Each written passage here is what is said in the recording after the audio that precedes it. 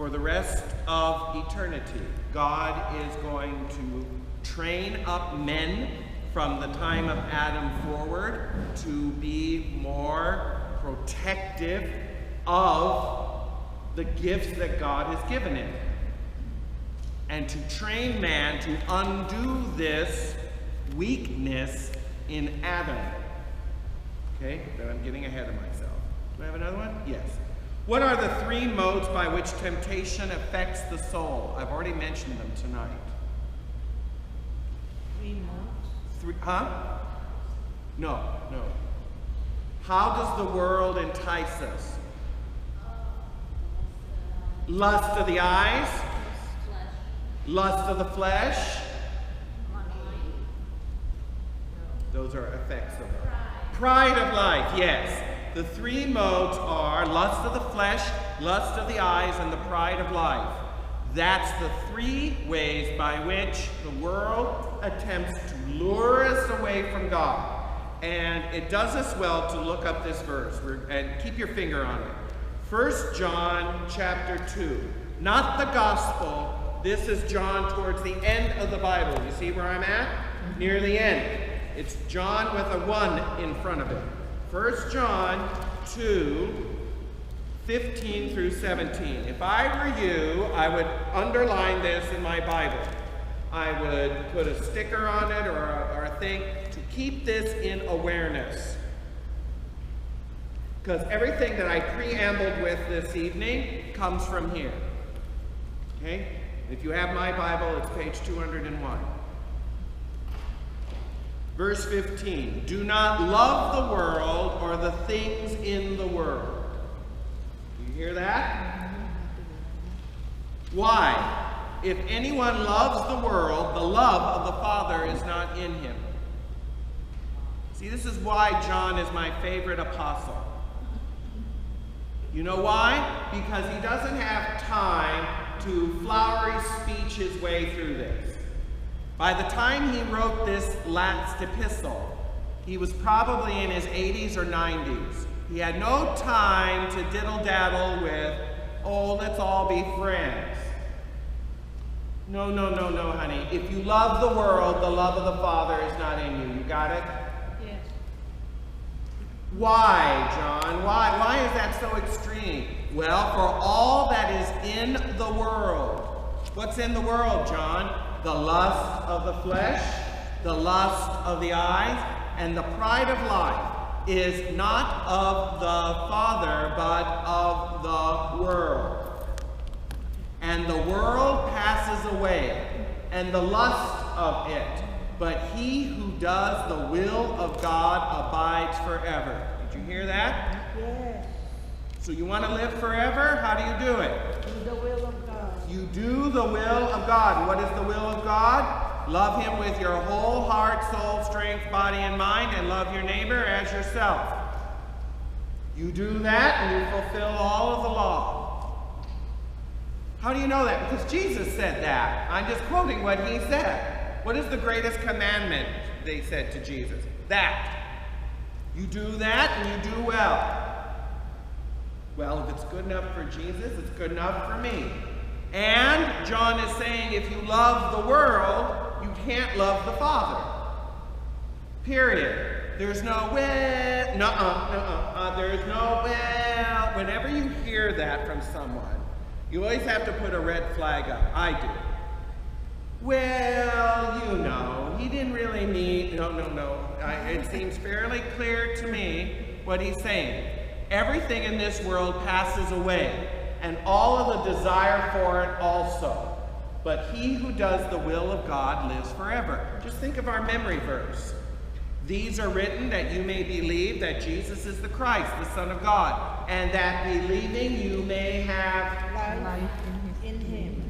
Life in his name. So if you want eternal life, this is the way to do it. Renounce the world and follow the will of God. It's as simple as that. This is basic to the gospel. Jesus said, give up everything and follow me. Everything. Because the world has nothing to offer of lasting value. Nothing. Eve was tempted by the desires of the world. And look what happened. We lost everything. We already had everything. God had already given them dominion over the whole world. But because of this disobedience, they lost it. So instead of getting everything by loving the world, they lost everything by loving the world. You see that? This is a very simple story, but it has a profound impact. So let's go over this. Hold on here. I meant to put this in a format, so I'm just going to cut it so that way we can see it. Okay. So there's the review. All right. This is something that was on last week that I didn't get to. This is a very good chart. Up here you have 1 John 2:16, what I read, about the lust of the flesh, the lust of the eyes, and the pride of life. This is how Eve was tempted. How was she tempted by lust of the flesh? The tree was good for food. That's what she saw. How was it about the lust of the eyes? It was pleasant to the eyes, it says. And the pride of life, it was desirous to make one wise. That was the lure of temptation. How did Jesus overcome it? We'll get to this in just a minute. How did Jesus overcome the lust of the flesh? Well, he was commanded to turn these stones into bread because he was hungry. Remember that? And how did Jesus respond? Man does not live by bread alone, but by the word of God. Okay? How did he avert the lust of the eyes? Satan said, I'll give you all of these things, the kingdoms of the world and all of their glory. It's all yours, Jesus, because it's been given to me to give to whomever I please. All you have to do is worship me. And what was Jesus' response? You shall not tempt the Lord your God. Don't try to fool me with all these balls. In other words. Well, what about the pride of life? Well, Satan took him to the top of the temple and said, throw yourself down, because you can command the angels to take care of you, right? You can just be reckless with your life and do whatever you want. The angels will take care of you. It says so in the Psalms. And he quotes, do you remember what psalm the devil quotes to Jesus? 91. 91. And why is that important? It's the Psalm of Moses. It's the psalm that Moses wrote. So it's not just an ordinary psalm of David, although that's important. This is Moses' psalm. And we all know who Mo is, right? He is the prophet of God. Well, if it's good enough for Mo, it's good enough for me, right, Jesus? Go ahead and throw yourself out. And what is his response? Get thee away, Satan. You shall serve the Lord your God, and him alone shall you serve. You're not going to be reckless with your life. And he didn't start debating scriptures with him. He goes, you're not going to get me in that, Satan. Don't even go there. Don't go there. And after this, it says the devil left him, and angels came and ministered to him in the wilderness. So you see, when you yield yourself to God and his word, God ends up taking care of you after all. So that's that trust. See, all of these temptations, all this doubt is to say, you can't trust God. You just can't. Trust me. I know the real story, Eve, Jesus. You just don't get it. Huh? And the devil is the number one person to advocate, if it ain't broke, don't fix it. You know why? Because these same tactics have been working since the beginning of time, and they've been working like a proverbial charm. Except for this group, right? Except for this group, right? Better. Because I've exposed his tactics, you're not going to fall for them, right? Right? Very good. Got to wake you up a little bit. Don't make me turn this into a Pentecostal revival. All right? See, the only way we're going to overpower the enemy is if we, A, know our faith and live our faith. If we don't, then we'll just succumb to his tactics left and right, because we have no armor, no defense, no will to do it, no love for God not to. Do you see that? All of this stems out of a lack of knowledge of who God is and a lack of love for him for all that he's done. I said it before, I'll keep saying it. We sin because we really don't know. I mean, know the love of God. We just don't know how much God loves us. If we had just an inkling of it, I'm telling you, we wouldn't sin as much as because we would know the heart of God breaking for us whenever we fall away from what he says.